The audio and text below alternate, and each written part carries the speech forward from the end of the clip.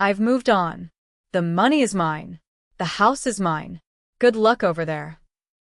I stared at the email on my laptop screen, the words blurring slightly in the harsh, flickering fluorescent light of the communications tent. Around me, the constant, low hum of generators and the crackle of distant radio chatter filled the air, the familiar soundtrack to my life at forward operating base Lightning in the heart of Afghanistan. The smell of dust and diesel fuel hung heavy, a permanent scent that clung to my uniform, my hair, my very skin. But none of that registered. All I could focus on were those 17 words. 17 words that had just detonated a bomb in the center of my world, leaving nothing but smoking wreckage. My name is Lauren Bishop. I'm 35 years old, a captain in the United States Army, a nurse practitioner. And I was 6 months, halfway through my third deployment when my husband, Eric, the man I had promised my life to, decided to destroy our marriage via email. The casual cruelty of it hit me like a physical blow, knocking the wind from my lungs. Not a phone call, not even a video chat where he'd have to look me in the eye. Just a cold, calculated message, sent while I was 7,000 miles away, serving my country, living in a world of sand, sweat, and the constant, thrumming anxiety of imminent danger. My hands trembled as I scrolled down, my heart pounding a frantic, painful rhythm against my ribs. He had attached files. My stomach churned as I clicked on the first one. Divorce papers. Already filed. The second click revealed our joint bank statements. No, not our statements. His statements. The balance was a neat, insulting zero. $38,000. Gone. Money I had painstakingly saved, dollar by dollar, from my military pay, working grueling night shifts at the base hospital before my deployment, taking extra training courses that meant months away from home, all while he bounced between part-time jobs and grand, get-rich-quick schemes that never panned out. Then came the photos. A young, blonde woman, barely out of her teens, it looked like, was lounging in what was unmistakably my living room. Her feet, clad in fluffy pink slippers, were propped up on the coffee table I had saved for months to buy. The one I had pictured us gathered around with friends, sharing stories and laughter. In another photo, she was wearing my favorite necklace, a simple silver locket Eric had given me on our first anniversary. It was a punch to the gut, a violation so deep it felt like he had reached across continents to personally defile every memory we had ever built. The injustice burned in my chest, a white-hot, acidic fire. For 6 months, I had been sleeping in a concrete bunker, the ground shaking from distant explosions. I had been eating MREs, meals ready to eat, and dodging mortar fire. I had held the hands of dying soldiers, patched up wounds that would haunt my nightmares, and pushed my body and mind to their absolute limits, all while believing I had a safe, loving home to return to. And while I did that, Eric was living it up with his new girlfriend in the very home I had worked for years to afford, on the money I had earned through blood, sweat, and sacrifice. The email signature of his new paramour, Brittany Hart, was the final, sickening flourish. Future Mrs. Bishop. She was 22, according to the file information. The audacity was breathtaking. She was wearing my jewelry, sitting on my furniture, and was probably sleeping in my bed. But as I read the email a second time, and then a third, something inside me shifted. The initial shock, the wave of grief and betrayal, began to recede. It gave way to something colder, harder, more calculating. A chilling clarity settled over me, the kind of focus I'd only ever felt in the trauma bay when a mass casualty event was called. Emotion was a liability. Panic was a killer. Strategy was survival. Eric had always underestimated me. He saw the woman who cooked his dinner and did his laundry. He saw the accommodating wife who supported his flimsy dreams and patiently waited for him to find himself. He never truly saw the soldier. He never understood that the military doesn't just train you to fight. It forges you into a planner, a strategist, someone who anticipates threats and prepares for every contingency. He had forgotten who he had married. He had made a critical, catastrophic error in judgment. And as the rage settled into an icy, unshakable determination, I realized he was about to learn exactly who he had married. I closed my laptop, the click echoing in the sudden silence of my mind. I walked outside into the cool Afghan night. The sky, unpolluted by city lights, was a breathtaking canopy of stars, more brilliant and vast than they ever were back home. This was far from over. This was just the beginning.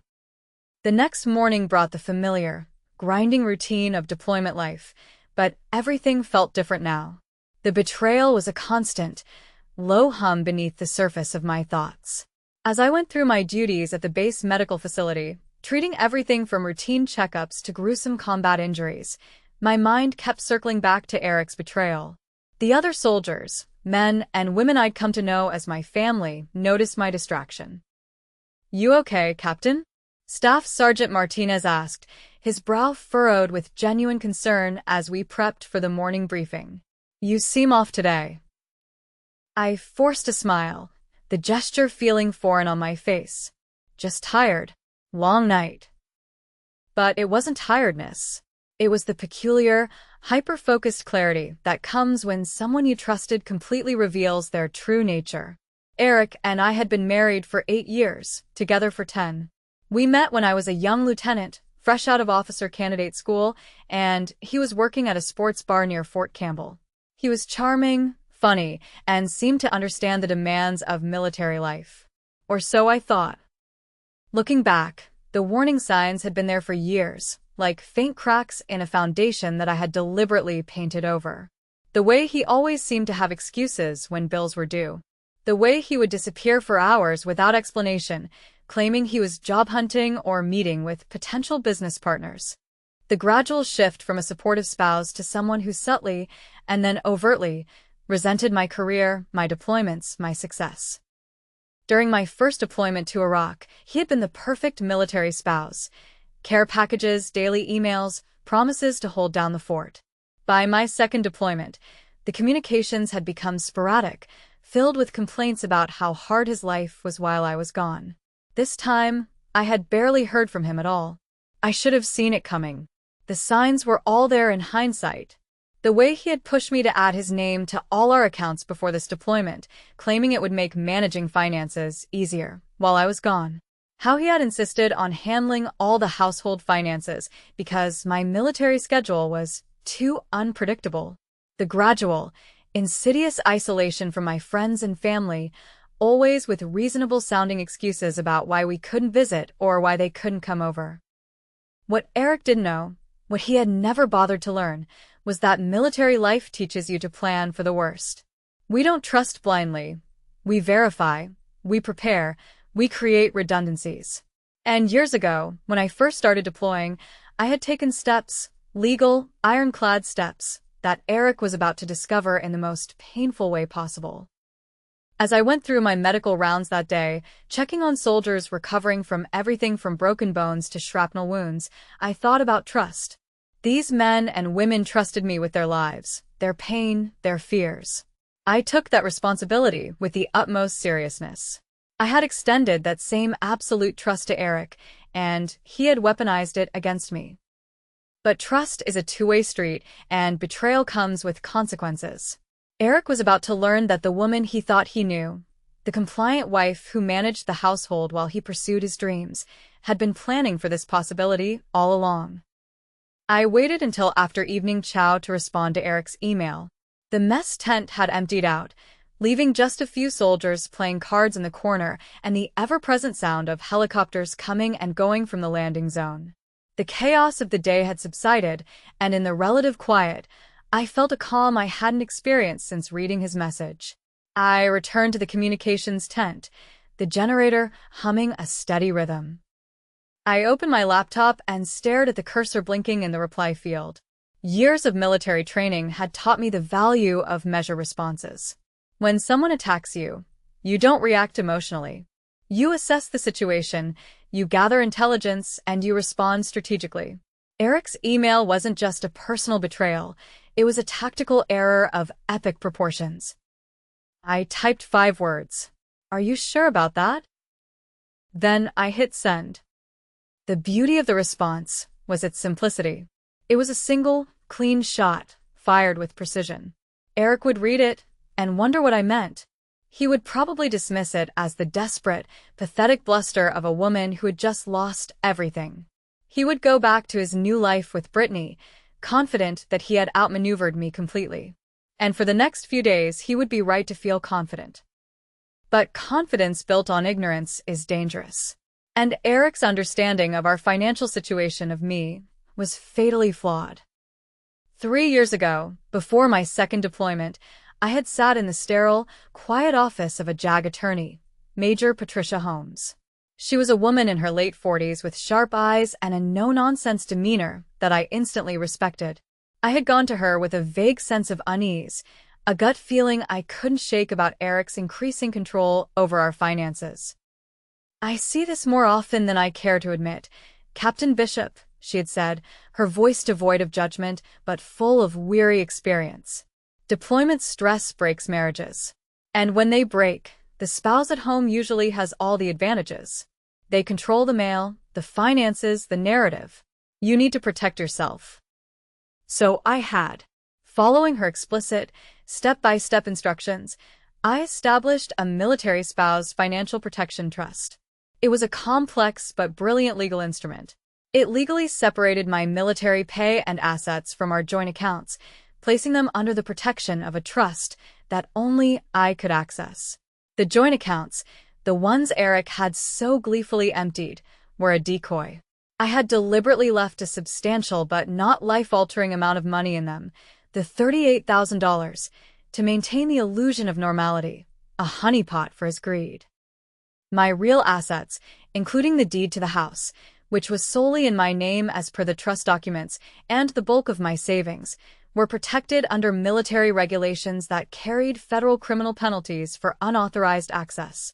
Eric had stolen money from a deployed service member.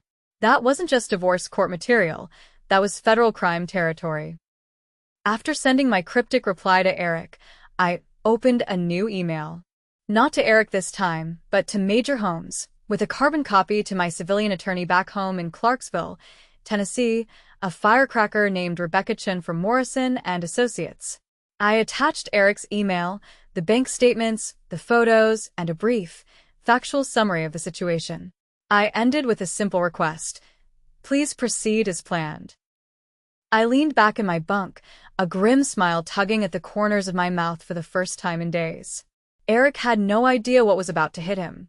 The Service Members Civil Relief Act, SCRA, wasn't just military bureaucracy, it was a federal law with teeth, designed to protect deployed service members from exactly the kind of financial predation Eric had just committed. Violating it carried serious consequences, including criminal charges and mandatory restitution.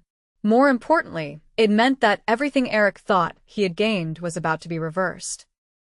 Over the next 48 hours, a series of emails began flowing in from my legal team. The civilian attorney, Rebecca Chen, was particularly thorough in her updates. "Lauren," she wrote, "I wanted you to know that we have obtained emergency court orders freezing all accounts that Eric accessed without authorization. The bank records show that the withdrawals began 3 weeks ago, well within the time frame covered by your deployment protection orders. We have also confirmed that the house deed remains solely in your name, as the trust documents specified. Eric never had legal authority to claim ownership." The next email was even better. "Additionally, I have been in contact with the local sheriff's department. The house has been secured, and all unauthorized occupants have been removed. Your neighbor, Mrs. Patterson, has been keeping an eye on the property and reports that Eric and his girlfriend were quite surprised by the law enforcement visit yesterday morning." I could picture it perfectly. Eric, probably still in his pajamas, answering the door to find deputies with court orders. The look of confusion giving way to dawning panic as they explained that he was living in a house that didn't belong to him, that the money he had spent belonged to a deployed service member, and that his actions constituted multiple federal crimes. The girlfriend, Brittany, had probably been even more shocked. 22 years old and suddenly facing the reality that her sugar daddy was actually a criminal who had been living on stolen money. I wondered how long it had taken her to pack her bags. But the most satisfying email came from Major Holmes herself, updating me on the criminal investigation. Captain Bishop, the FBI Financial Crimes Division, has accepted the case due to the interstate nature of the crimes and the federal military protections involved. Agent Martinez will be the lead investigator. Eric Bishop is being charged with wire fraud, theft from a government employee, and violations of the Service Members Civil Relief Act. Each charge carries significant prison time and mandatory restitution. The agent wanted me to tell you that this is one of the clearest cases of military spouse financial abuse she has seen. I closed my laptop and stepped outside into the Afghan night.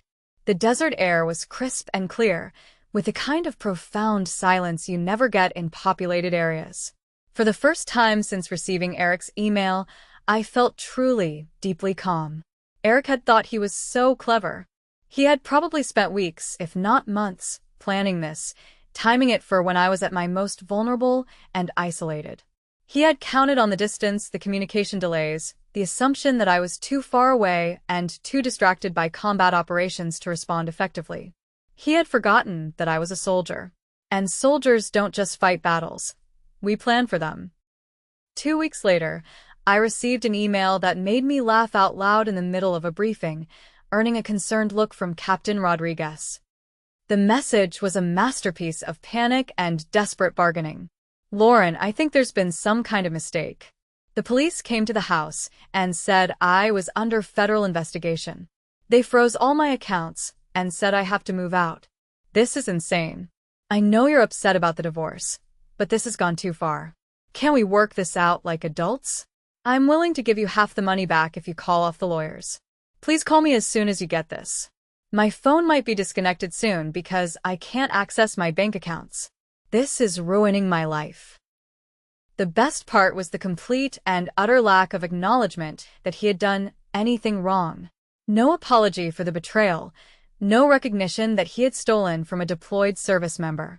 Just pure, unadulterated outrage that there were consequences for his actions. I forwarded the email to Major Holmes with a simple note. I assume Eric's panic means the investigation is proceeding smoothly. Her response was immediate. Agent Martinez reports that Eric Bishop retained a public defender yesterday. Apparently, no private attorney was willing to take his case pro bono, and all his assets are frozen pending the investigation. The girlfriend, Brittany, disappeared 2 days ago. Her social media posts suggest she has returned to her parents' home in Florida and is claiming she had no knowledge of the criminal activity. I almost felt sorry for Brittany. Almost. She was young and probably genuinely naive about Eric's financial situation. But she had also been perfectly happy to live in my house, wear my jewelry, and post photos of herself enjoying the fruits of my labor while I was dodging bullets in Afghanistan. Ignorance might be a legal defense, but it wasn't a moral one. The military grapevine at the FOB had picked up on my situation, as military grapevines always do. Word had gotten around that Captain Bishop was dealing with a cheating spouse back home, and the response from my fellow soldiers was overwhelmingly supportive. Care packages started arriving with little notes. "Hang in there, Captain. Your military family has your back. Some people aren't worth the uniform." Staff Sergeant Martinez, who had noticed my mood the day I received Eric's original email, pulled me aside after the evening briefing. "Captain, I don't know all the details of what you're dealing with back home, but I wanted you to know that my wife went through something similar during my first deployment. Spouse cleaned out their accounts and moved in with someone else. It nearly destroyed her." "What happened?" I asked, my voice quiet. "Military legal helped her fight. It took 2 years, but she got everything back, and then some. The ex ended up doing time for fraud. Military justice doesn't mess around when it comes to protecting deployed families." He smiled, a small, knowing look in his eyes. "How is she doing now?" Martinez's smile widened. "Remarried to a good man who actually deserves her. Sometimes the worst thing that happens to you turns out to be the best thing that could have happened." As I walked back to my quarters that night, I thought about his words. Eric's betrayal had been devastating, but it had also revealed truths I might never have discovered otherwise. His true character, the strength of my military family, the wisdom of the precautions I had taken years earlier. Most importantly, it had reminded me who I really was. I was not the accommodating wife who had spent years making excuses for a man who didn't deserve them. I was Captain Lauren Bishop, a combat veteran who had survived 3 deployments and earned the respect of her peers through competence and courage. Eric had picked a fight with the wrong woman. The 3rd week brought news that exceeded even my most optimistic expectations. Major Holmes called me personally this time, rather than sending an email. Satellite phone calls were precious commodities on deployment, usually reserved for emergencies or the most important communications. "Captain Bishop," she said, her voice crackling slightly through the connection. "I want to give you a personal update on the investigation. Agent Martinez has uncovered additional evidence that significantly strengthens the case against your husband." "What kind of evidence?" "It appears that Eric's financial crimes extended beyond just your accounts," she explained. "The FBI discovered that he had been using your military credentials to apply for credit cards and loans, forging your signature on documents while you were deployed. The total amount of fraud now exceeds $100,000.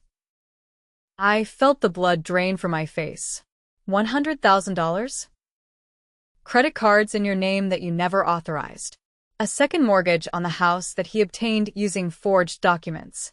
A personal loan from a predatory lender that used your military service record as collateral. Eric Bishop wasn't just unfaithful, Captain. He was running a sophisticated financial fraud operation using your identity and military status." The scope of the betrayal was breathtaking. While I had been focused on the $38,000 he had stolen from our joint account, Eric had been systematically destroying my financial life through identity theft and fraud. "The good news," Major Holmes continued, her voice firm, "is that all of these crimes fall under federal jurisdiction due to your military status. The penalties are severe, and the evidence is overwhelming. Agent Martinez believes this will be one of the strongest military spouse fraud cases she has ever prosecuted." "What happens now?" I asked, my voice shaking slightly. "Eric will be formally arrested within the next 48 hours. The charges include identity theft, wire fraud, bank fraud, forgery, and multiple violations of military protection statutes. He's looking at 15 to 20 years in federal prison if convicted on all counts." After the call ended, I sat in stunned silence. The man I had married, the person I had trusted with my life and my future, had been systematically destroying everything I had worked for. The betrayal was so complete, so calculating, that it took my breath away. But alongside the shock came a fierce, undeniable satisfaction. Eric had thought he was so clever, using my deployment as cover for his crimes. He had assumed that I was too far away, too distracted, too trusting to discover his schemes until it was too late to stop them. He had been wrong on every count. 6 weeks later, I received the email I had been waiting for. Agent Martinez sent it directly, with copies to Major Holmes and Rebecca Chin. The subject line was simple: "Case closed." "Captain Bishop," she wrote. "Eric Bishop has accepted a plea agreement. He pled guilty to all charges in exchange for a sentence of 12 years in federal prison and full restitution of all stolen funds, including penalties and interest. The total restitution amount is $147,000. Additionally, he has agreed to forfeit any claim to marital assets and will not contest the divorce." I read the email 3 times to make sure I understood correctly. Eric, who had started this nightmare by stealing from me while I served my country, was now facing 12 years in prison and complete financial ruin. The man who had thought he could outsmart a deployed soldier had been outmaneuvered at every turn. The restitution amount was particularly satisfying. Not only would I recover every penny he had stolen, but the penalties and interest meant I would actually come out ahead financially. Eric's crimes had backfired so spectacularly that they had made me wealthier than I had been before his betrayal. Rebecca Chen's follow-up email contained even better news. "Lauren, because Eric signed the asset forfeiture agreement, you now have clear title to the house with no outstanding liens. The fraudulent second mortgage has been voided, and the predatory loan has been transferred to Eric's personal responsibility. You will resume ownership of all marital assets immediately upon your return from deployment. I closed my laptop and walked outside to watch the sunset over the Afghan mountains. The desert sky was painted in brilliant oranges and purples, the kind of natural beauty that reminded you why some things were worth fighting for. Eric had tried to take everything from me while I was serving my country. Instead, his greed and stupidity had cost him his freedom, his future, and any claim to the life we had built together. The woman he had betrayed was coming home to a debt-free house, a clean credit record, and the deep, profound satisfaction of seeing justice served. 3 months later, I stepped off the plane at Nashville International Airport, officially home for my 3rd deployment. The Tennessee air felt humid and thick after months in the desert, but it smelled like freedom. My sister Jenna was waiting at the gate, her face lighting up when she saw me. We hadn't talked much during the deployment. I had kept the details of Eric's crimes private, sharing only the basic fact that we were divorcing. Now, as we drove toward Clarksville, I filled her in on everything that had happened. 12 years? She asked, her voice incredulous. For stealing from you? For stealing from a deployed service member, I corrected. The federal penalties are severe when you commit crimes against military families. Eric learned that the hard way. What about the girlfriend? Brittany? She cooperated with the investigation in exchange for immunity. Turns out she genuinely had no idea about the fraud. She thought Eric was just a successful businessman with a wife overseas. When she found out the truth, she helped the FBI trace the money. We pulled into my driveway, and I stared at the house I hadn't seen in 9 months. It looked exactly the same from the outside, but everything about it felt different now. This wasn't the home I had shared with Eric. It was my home, bought with my sacrifice and defended with my planning. Mrs. Patterson, my elderly neighbor, came rushing over as soon as she saw the car. Lauren, welcome home, honey. I kept an eye on everything just like you asked. That husband of yours sure made a scene when the police came. I've never seen anything like it. Thank you for watching the house, Mrs. Patterson. I appreciate everything you did. Are you doing okay, dear? This must have been so hard for you. I looked at my house, my sister, the familiar neighborhood where I would now build a new life, and I smiled a real, genuine smile. Actually, Mrs. Patterson, I'm doing better than okay. I'm exactly where I'm supposed to be. The revenge I had taken wasn't about anger or hatred. It was about justice, preparation, and the simple, immutable truth that actions have consequences. Eric had gambled everything on the assumption that I was too far away and too trusting to protect myself. And he had lost. Completely. As I walked into my house for the first time as a truly free woman, I reflected on how his betrayal had ultimately revealed my own strength and taught me that sometimes the most devastating revenge is simply letting someone destroy themselves with their own choices.